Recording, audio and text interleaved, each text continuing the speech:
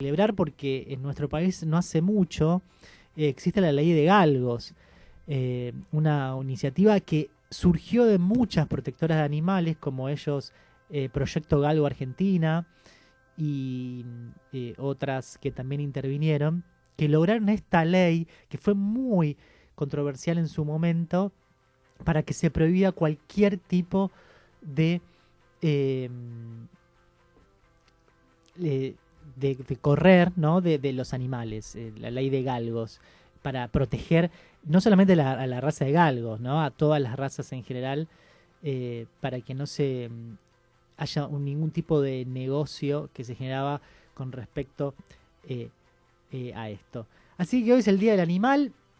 Vamos a abrazar a nuestros animalitos tan queridos. Y le vamos a preguntar a mi amigo Gustavo Schweizer, que ya está en línea con nosotros, para hablar de otros temas que tienen que ver con la ciudad. Si tiene alguna mascota, mi amigo Gustavo Schweizer, ¿cómo le va? ¿Qué tal, Emiliano? ¿Cómo estás? Bien, muy bien. ¿Vos? Bien, bien. Sí, hablando de derechos, es importante, ¿no? El derecho de los animales, y todos tenemos generalmente tenemos nuestra mascota. Así, yo tengo una perrita que, hablando de galgos, es mezcla de galgo, algo de galgo tiene. Mm. Son lo más, le decía, ¿no? Incondicionales, son el amor puro los animales. Dan Sí, mucho por cariño. supuesto, por supuesto. Bueno, vamos a hablar en el día de hoy del derecho a las ciudades. Sí, siguiendo con lo que vos estás hablando, derechos, pero a otro nivel, como habitantes de las grandes ciudades, también hay una serie de derechos que tenemos para, digamos, que se respeten en el lugar donde uno vive. Cuando hablamos del derecho a la ciudad, estamos básicamente, Emiliano, hablando de cómo se relacionan las personas con su territorio, con el espacio y con el hábitat donde se desarrolla, ¿no? Con su casa. Esto es tener un enfoque más amplio, ¿viste? Que tiene que ver con el derecho a tener un espacio verde cerca, el derecho a tener una movilidad igualitaria para todos. Por ejemplo, también tener el derecho a que aquellos sectores de las ciudades que se encuentran en informalidad se vayan integrando a la sociedad, como por ejemplo el tema de las villas. Y también, aunque te parezca mentira, un derecho que muchos no conocen y les pueden parecer por ahí no muy importante, pero sí lo es el derecho a la vista y al paisaje, ¿no? Que muchas veces con las nuevas construcciones, con el crecimiento de las ciudades, es como que uno va perdiendo esa posibilidad de poder disfrutar de una vista, de un paisaje, hasta incluso del cielo mismo, ¿no? En algunos barrios. Y en el caso de la Ciudad de Buenos Aires, ¿qué porcentaje de espacio verde debería tener en proporción a la gente?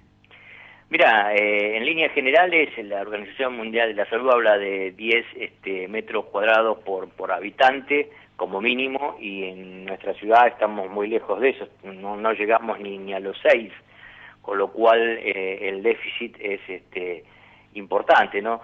El gobierno de la ciudad maneja otros números distintos porque incluye en las mediciones algunos canteros, lugares donde hay también hormigón y hay una especie de canteritos, eso lo suma como espacio verde, pero cuando nosotros hablamos de espacio verde en forma integral, estamos hablando de parques, plazas, bulevares, que es lo que realmente debe ser considerado como espacio verde, ¿no?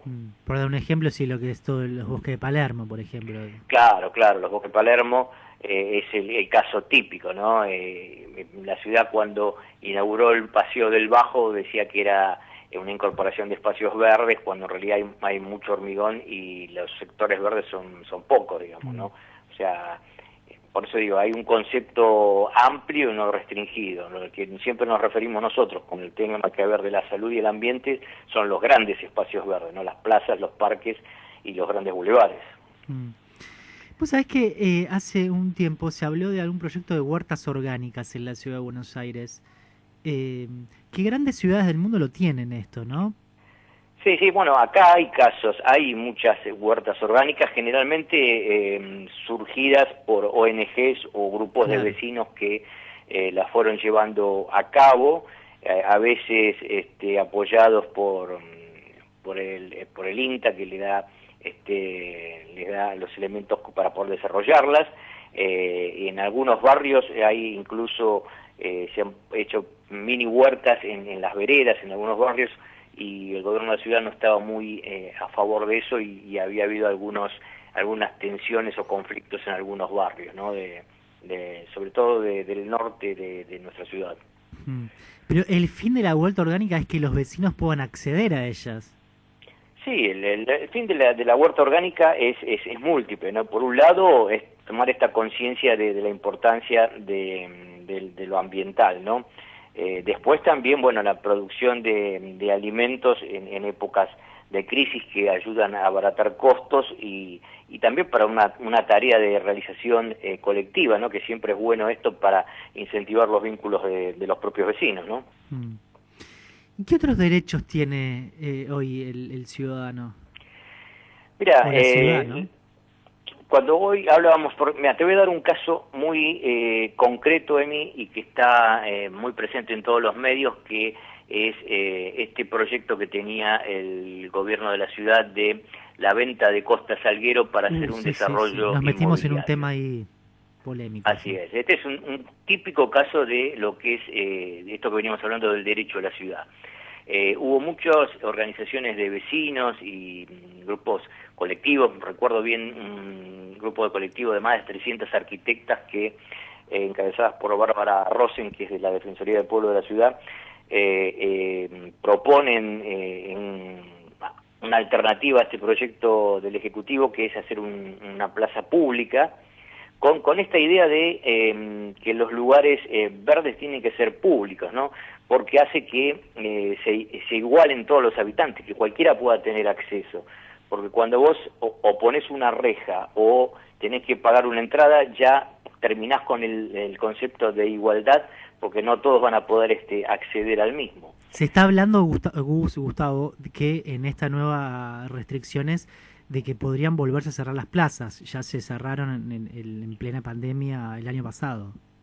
Bueno, esto sí, son medidas de emergencia en este contexto, ¿no? Que son razonables y que intentan que haya menos circulación en la vía pública, ¿no?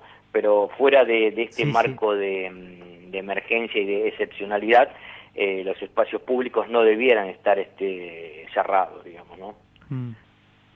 Sí, y mucho antes de la pandemia se ve mucho enrejado en los parques, si bien los cierran a la noche, o sea, pero las rejas se ven. Sí, eso fue una tendencia de los últimos años, de algunos espacios verdes que para preservar su integridad, sobre todo de noche, se buscó este sistema de rejas. En otros no, y se pudieron también obtener buenos resultados. Esto tiene mucho que ver con también, no con los derechos de los ciudadanos, sino también con las obligaciones, también de cuidar el propio espacio público, ¿no? Cuidándolo uno mismo y también remarcándole a aquellos que no lo hacen, ¿no? No solo debe partir del Estado, sino también de la sociedad. Sí, hay que decir que hay guardiaparques, ¿no? Que ocupan un rol efectivamente de cuidar y preservar las condiciones del parque. Hay gente que trabaja de eso acá en la ciudad de Buenos Aires, se los ve. Sí, hay un cuerpo de guardianes de plaza que, bueno, cumplen una tarea de prevención, ¿no? Y de articulación con distintos sectores del Estado ante algún tema puntual, ¿no? Sí, y bueno, para cerrar, digamos, esta pandemia, esta cuarentena, los parques sirvieron mucho de refugio de la gente, ¿no? Porque era el único lugar donde podían ir, estaban atestados, sobre todo, me acuerdo en primavera, cuando empezó el calorcito, se veía mucha gente en los parques. Sí, el tema es que, bueno, era una manera de salir de la casa.